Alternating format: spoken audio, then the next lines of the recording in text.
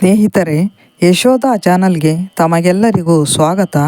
ಮಹಾಭಾರತ ಕಥಾಮೃತ ಮುಂದುವರಿದ ಭಾಗ. ದ್ರೌಪದಿಯು ಮುಂದುವರಿದು ಹೇಳಿದಳು, ಮಹಾರಾಜ, ಶೀಲ ಸಂಪನ್ನನಾದ ಪ್ರಹ್ಲಾದ ಮತ್ತು ಅವನ ಮೊಮ್ಮಗ ಬಲಿಯ ನಡುವೆ ಮನುಷ್ಯನಲ್ಲಿನ ಏಕರೀತಿಯ ಕ್ಷಮಾಗುಣದ ಪರಿಣಾಮ ಕುರಿತು ನಡೆದ ಸಂಭಾಷಣೆಯನ್ನು ಹೇಳುತ್ತೇನೆ ಕೇಳು.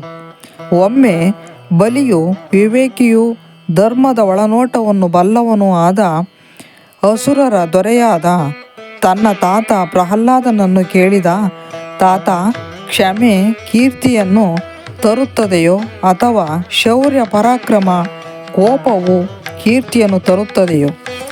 ನನಗೆ ಯಾವುದನ್ನು ನಿಶ್ಚಯಿಸಲಾಗದಂತಾಗಿದೆ, ದಯವಿಟ್ಟು ನನಗೆ ತಿಳಿಯ ಹೇಳು. ಪ್ರಹ್ಲಾದನು ಸಂಶಯಕ್ಕೆಡೆಯಿಲ್ಲದಂತೆ ವಿಷಯಗಳನ್ನು ಕೂಡಲೇ ಇತ್ಯರ್ಥಗೊಳಿಸುವುದರಲ್ಲಿ ಹೆಸರಾಗಿದ್ದ. ಅವನು ಮೊಮ್ಮಗನಿಗೆ ತಿಳಿಸಿದ, ಮಗು ಸದಾಕಾಲ ಕೋಪ ಮಾಡಿಕೊಳ್ಳುವುದು ಬುದ್ಧಿವಂತಿಕೆಯ ಲಕ್ಷಣವಲ್ಲ. ಸದಾಕಾಲ ಕ್ಷಮಿಸುವವನು ಕಷ್ಟಕ್ಕೊಳಗಾಗುವನು. ಸೇವಕರು ಅವನನ್ನು ತಾತ್ಸಾರ ಮಾಡುತ್ತಾರೆ, ಶತ್ರುಗಳು ಧಿಕ್ಕರಿಸುತ್ತಾರೆ. ಭೂಮಿಯ ಮೇಲಿನ ಯಾವ ಪ್ರಾಣಿಯೂ ಅಂಥವನನ್ನು ಗೌರವಿಸುವುದಿಲ್ಲ. ಆದ್ದರಿಂದ ಏಕರೀತಿಯಾಗಿ ಎಲ್ಲರನ್ನೂ ಕ್ಷಮಿಸುವವನನ್ನು ನೀತಿಶಾಸ್ತ್ರ ಶ್ಲಾಘಿಸುವುದಿಲ್ಲ. ಅಂಥವನನ್ನು ಸೇವಕರು ಉಪೇಕ್ಷೆ ಮಾಡುತ್ತಾರೆ ಹಾಗೂ ತಮಗೆ ಶಿಕ್ಷೆಯಾಗುವುದಿಲ್ಲ ಎಂಬುದು ಖಚಿತವಾಗಿ ಅವರು ಅಪರಾಧಗಳನ್ನು ಮಾಡುತ್ತಲೇ ಹೋಗುತ್ತಾರೆ.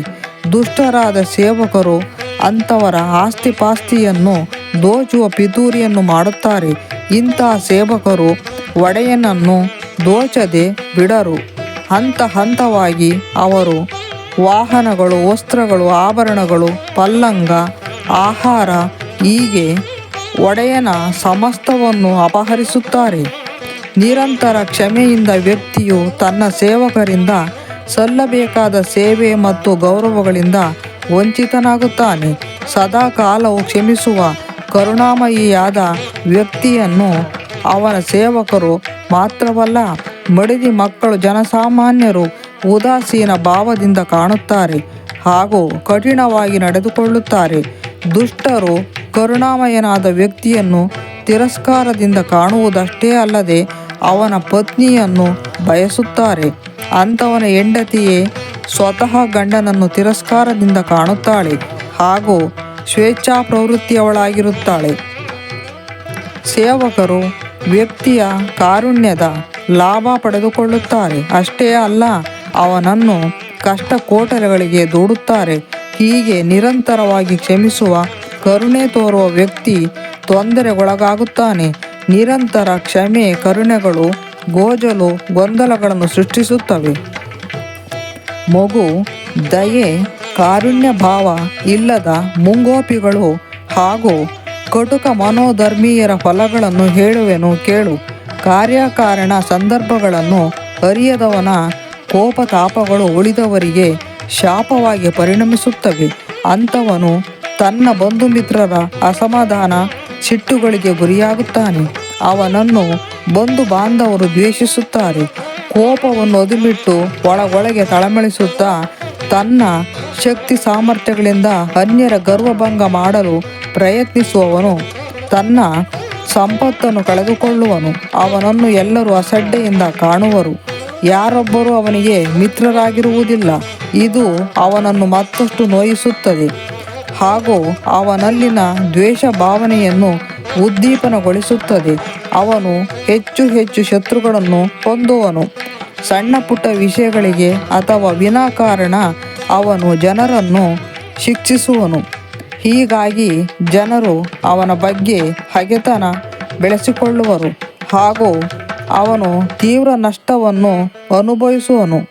ಅವನು ನಿರ್ದಯಿಯಾಗಿ ನಿಷ್ಕರುಣಿಯಾಗಿ ಮುಂದುವರಿದಲ್ಲಿ ಒಂದಲ್ಲ ಒಂದು ದಿನ ಅದು ಅವನ ಜೀವನಕ್ಕೆ ಮುಳುವಾಗುತ್ತದೆ.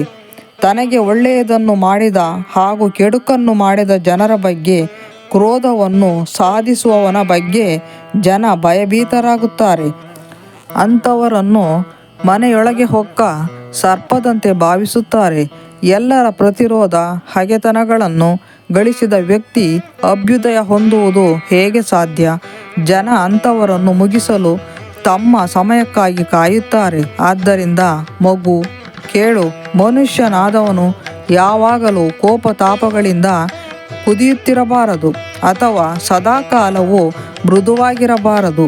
ಯಾವಾಗ ಕೋಪ ಪ್ರದರ್ಶಿಸಬೇಕು, ಯಾವಾಗ ಸಹನೆ ತಾಳ್ಮೆಗಳನ್ನು ತೋರಬೇಕು ಎಂಬುದು ಅವನಿಗೆ ತಿಳಿದಿರಬೇಕು.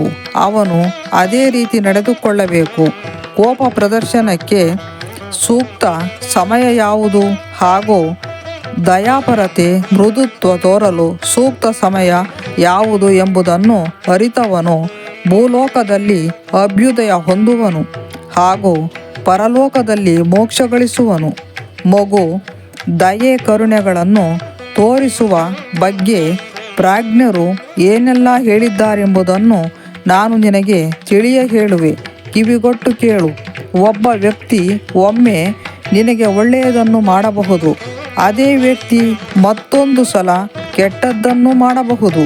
ಮೊದಲು ಮಾಡಿದ ಒಳಿತನ್ನು ಜ್ಞಾಪಿಸಿಕೊಂಡು ಅವನನ್ನು ಕ್ಷಮಿಸು. ನಿಷ್ಕಪಟಿಯು ಅಜ್ಞಾನದಿಂದಾಗಿ ಎಸಗಿದ ಅಪರಾಧವು ಕ್ಷಮಾರ್ಹವಾದುದು. ಪ್ರತಿಯೊಬ್ಬರೂ ಸುಜ್ಞಾನಿಗಳಾಗಿರುತ್ತಾರೆ, ತಾರತಮ್ಯ ಜ್ಞಾನ ಹೊಂದಿರುತ್ತಾರೆ ಎಂದು ನಿರೀಕ್ಷಿಸಲಾಗದು.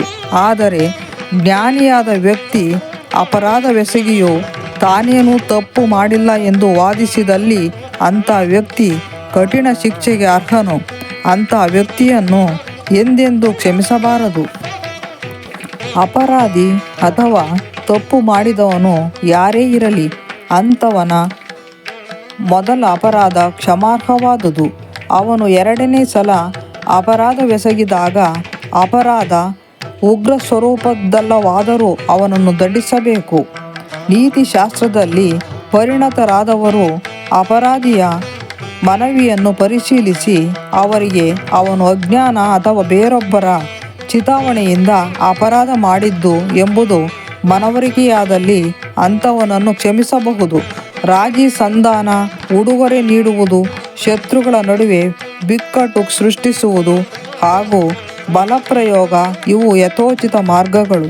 ಈ ಮಾರ್ಗಗಳಲ್ಲಿ ರಾಜಿ ಸಂಧಾನವು ಅತ್ಯಂತ ಪರಿಣಾಮಕಾರಿಯಾದದ್ದು.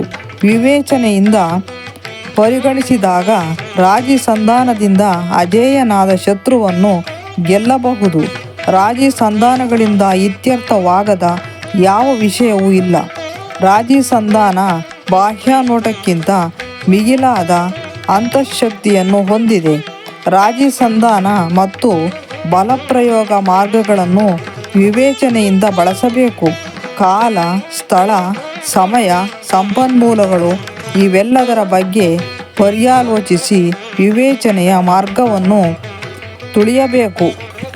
ಕಾಲ ಮತ್ತು ಸ್ಥಳ ಕುರಿತು ಸರಿಯಾಗಿ ಯೋಚಿಸದಿದ್ದಲ್ಲಿ ಯಾವ ಮಾರ್ಗವೂ ಫಲಪ್ರದವಾಗುವುದಿಲ್ಲ. ಆದ್ದರಿಂದ ಮಗು, ತಿಳಿದುಕೋ. ಸೂಕ್ತ ಸಮಯ ಮತ್ತು ಸೂಕ್ತ ಸ್ಥಳ ಸನ್ನಿವೇಶಗಳನ್ನು ಅರ್ಥ ಮಾಡಿಕೊಳ್ಳುವುದು ಯಶಸ್ಸು ಸಾಧಿಸಲು ಅತ್ಯಗತ್ಯ. ಕೆಲವರು ಅಪರಾಧಿಗಳನ್ನು ಕ್ಷಮಿಸಬೇಕಾಗುತ್ತದೆ. ಇಲ್ಲವಾದಲ್ಲಿ ತಮ್ಮ ಬೆಂಬಲಿಗರನ್ನೇ ನೋಯಿಸುವಂಥ ಕೆಲಸ ಮಾಡಬೇಕಾಗಿ ಬರಬಹುದು. ಮಗು, ಕರುಣೆ, ದಯೆ, ಕ್ಷಮೆ, ರಾಜಿ ಸಂಧಾನಗಳು ಯಾವಾಗ ಯಾವ ಸಂದರ್ಭಗಳಲ್ಲಿ ಯೋಗ್ಯವಾದುದು ಎಂಬುದನ್ನು ನಾನು ನಿನಗೆ ಅರುಹಿದ್ದೇನೆ. ಉಳಿದಂತೆ ಬಲಪ್ರಯೋಗ ಮತ್ತು ಶಿಕ್ಷೆ ಯೋಗ್ಯವಾದುದು. ದ್ರೌಪದಿ ಮಾತನ್ನು ಮುಂದುವರಿಸಿದಳು. ಯುಧಿಷ್ಠಿರ, ಇದು ಪ್ರಹ್ಲಾದ ಬಲಿಗೆ ಹೇಳಿದ ಬುದ್ಧಿಮಾತು. ನನಗೆ ಅನಿಸುತ್ತಿದೆ ಇದೀಗ ಸಕಾಲ ಧೃತರಾಷ್ಟ್ರ ಪುತ್ರರ ಮೇಲೆ ಬಲಪ್ರಯೋಗ ಮಾಡಲು. ನಮ್ಮ ವಿರುದ್ಧ ಸದಾ ಹಗೆತನ ಸಾಧಿಸುತ್ತಾ ನಮಗೆ ಕಿರುಕುಳ ಕೊಡುತ್ತಿರುವವರ ಮೇಲೆ ಬಲಪ್ರಯೋಗ ಮಾಡಲು ಅವರು ನಿಮಗೆ ಕೊಟ್ಟಿರುವ ಕಷ್ಟಗಳು, ನಿಮ್ಮ ಮೇಲೆ ಎಸಗಿರುವ ಪ್ರಮಾದಗಳು ಲೆಕ್ಕವಿಲ್ಲದಷ್ಟು. ಹೀಗಾಗಿ ನಿಮ್ಮ ಶಕ್ತಿ, ಸಾಮರ್ಥ್ಯ, ಶೌರ್ಯ ಪರಾಕ್ರಮಗಳನ್ನು ತೋರಿಸಲು ಇದು ಸಕಾಲ. ಸದಾಕಾಲವೂ ಕ್ಷಮಿಸುವವನನ್ನು ಜನರು ತಿರಸ್ಕಾರದಿಂದ ಕಾಣುತ್ತಾರೆ. ದೊರೆಯಾದವನು ಅಂತಃಕರಣವುಳ್ಳವನು ಆಗಿರಬೇಕು, ನಿರ್ದಯಿಯೂ ಆಗಿರಬೇಕು. ಯಾವಾಗ ಮೃದು ಹೃದಯಿಯಾಗಿರಬೇಕು, ಯಾವಾಗ ನಿರ್ದಯಿಯಾಗಿರಬೇಕು ಎಂಬುದನ್ನು ದೊರೆಯಾದವನು ಅರಿತಿರಬೇಕು. ಕೋಪವಲ್ಲ ಕರುಣೆ, ಯುಧಿಷ್ಠಿರನು ಹೇಳಿದ.